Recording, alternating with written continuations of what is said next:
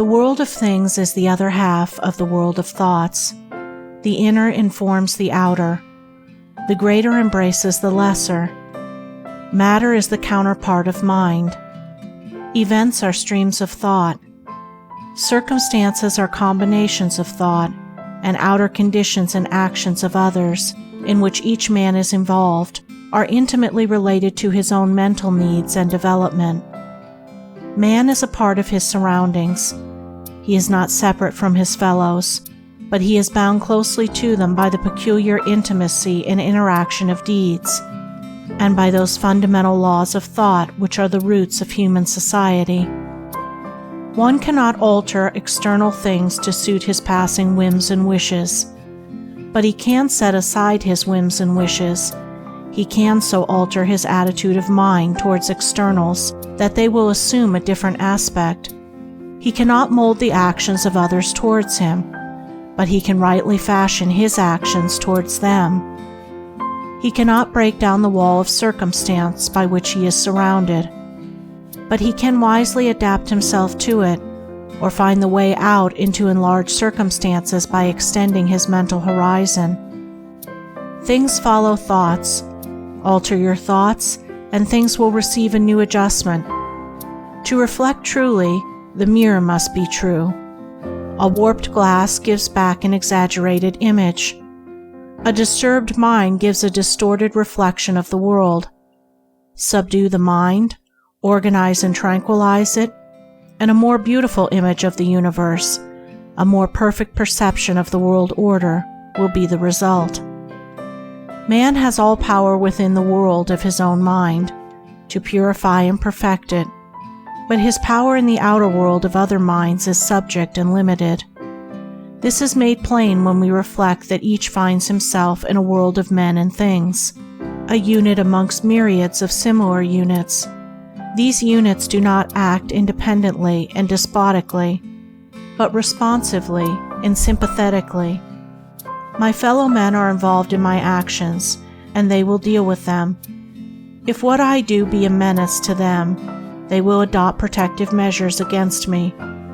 As the human body expels its morbid atoms, so the body politic instinctively expurgates its recalcitrant members. Your wrong acts are so many wounds inflicted on this body politic, and the healing of its wounds will be your pain and sorrow.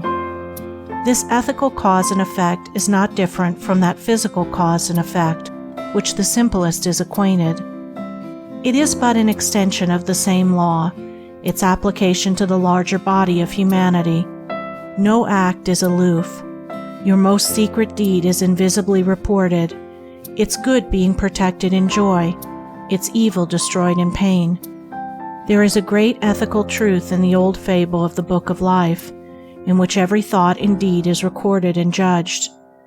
It is because of this that your deed belongs, not alone to yourself, but to humanity and the universe, that you are powerless to avert external effects, but are all-powerful to modify and correct internal causes.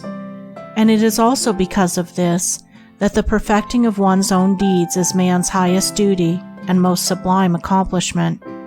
The obverse of this truth, that you are powerless to obviate external things and deeds, is that external things and deeds are powerless to injure you. The cause of your bondage, as of your deliverance, is within. The injury that comes to you through others is the rebound of your own deed, the reflex of your own mental attitude. They are the instruments, you are the cause. Destiny is ripe in deeds. The fruit of life, both bitter and sweet, is received by each man in just measure. The righteous man is free. None can injure him, none can destroy him, none can rob him of his peace. His attitude towards men, born of understanding, disarms their power to wound him. Any injury which they may try to inflict rebounds upon themselves to their own hurt, leaving him unharmed and untouched. The good that goes from him is his perennial fount of happiness, his eternal source of strength. Its root is serenity, its flower is joy. The harm which a man sees in the action of another towards him, say for instance, an act of slander, is not in the act itself, but in his attitude of mind towards it. The injury and unhappiness are created by himself, and subsist in his lack of understanding concerning the nature and power of deeds. He thinks the act can permanently injure or ruin his character, whereas it is utterly void of any such power, the reality being that the deed can only injure or ruin the doer of it. Thinking himself injured, the man becomes agitated and unhappy, and takes great pains to counteract the supposed harm to himself, and these pains give the slander an appearance of truth, and aid rather than hinder it. All his agitation and unrest is created by his reception of the deed, and not actually by the deed itself. The righteous man has proved this by the fact that the same act has ceased to arouse in him any disturbance. He understands and therefore ignores it. It belongs to a sphere which he has ceased to inhabit, to a region of consciousness with which he no longer has any affinity. He does not receive the act into himself, the thought of injury to himself being absent. He lives above the mental darkness in which such acts thrive, and they can no more injure or disturb him than a boy can injure or divert the sun by throwing stones at it. It was to emphasize this that Buddha, to the end of his days, never ceased to tell his disciples that so long as the thought, "I have been injured," or "I have been cheated," or "I have been insulted," could arise in a man's mind, he had not comprehended the truth. And as with the conduct of others, so it is with external things, with surroundings and circumstances. And they themselves are neither good nor bad. It is the mental attitude and state of heart that make them so. A man imagines he could do great things if he were not hampered by circumstances, by want of money, want of time, want of influence, and want of freedom from family ties. In reality, the man is not hindered by these things at all. He, in his mind, ascribes to them a power which they do not possess, and he submits, not to them, but to his opinion about them, that is, to a weak element in his nature. The real want that hampers him is the want of the right attitude of mind. When he regards his circumstances as spurs to his resources, when he sees that his so-called drawbacks are the very steps up which he is to mount successfully to his achievement, then his necessity gives birth to invention, and the hindrances are transformed into aids. The man is the all-important factor. If his mind be wholesome and rightly tuned, he will not whine and whimper over his circumstances, but will rise up and outgrow them. He who complains of his circumstances has not yet become a man, and necessity will continue to prick and lash him till he rises into manhood's strength, and then she will submit to him. Circumstance is a severe taskmaster to the weak, an obedient servant to the strong.